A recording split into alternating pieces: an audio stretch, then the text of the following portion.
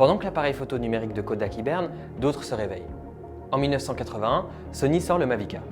Ensuite arrivent sur le marché Canon, Nikon ou encore Fujifilm. Le numérique s'améliore, les prix baissent et les usages explosent. Kodak de son côté réagit lentement. Ce n'est qu'en 1991 qu'il décide de sortir un premier appareil photo numérique, un outil destiné aux pros et qui coûte une fortune. Mais surtout, il arrive trop tard. Grâce au numérique, les gens prennent de plus en plus de photos, mais n'en impriment plus autant. Pourtant, Kodak s'obstine. Ils pensent que les gens voudront imprimer leurs photos à la maison et investissent des milliards dans l'impression sur papier.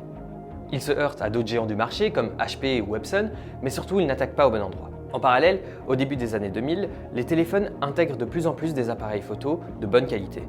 Kodak n'a plus le choix et face aux ventes en chute libre, ils décident d'arrêter en 2004 la production de la Kodachrome, leur fameuse pellicule culte. La descente aux enfers continue jusqu'en 2012.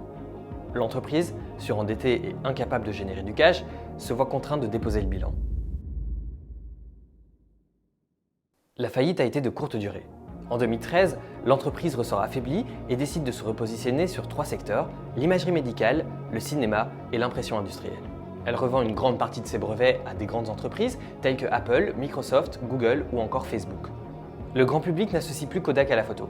Les jeunes générations ne connaissent même pas l'entreprise. Seule relique de cette époque, Kodak Alaris, une entreprise qui continue à développer la photo, notamment les appareils jetables. Kodak est désormais devenu un symbole.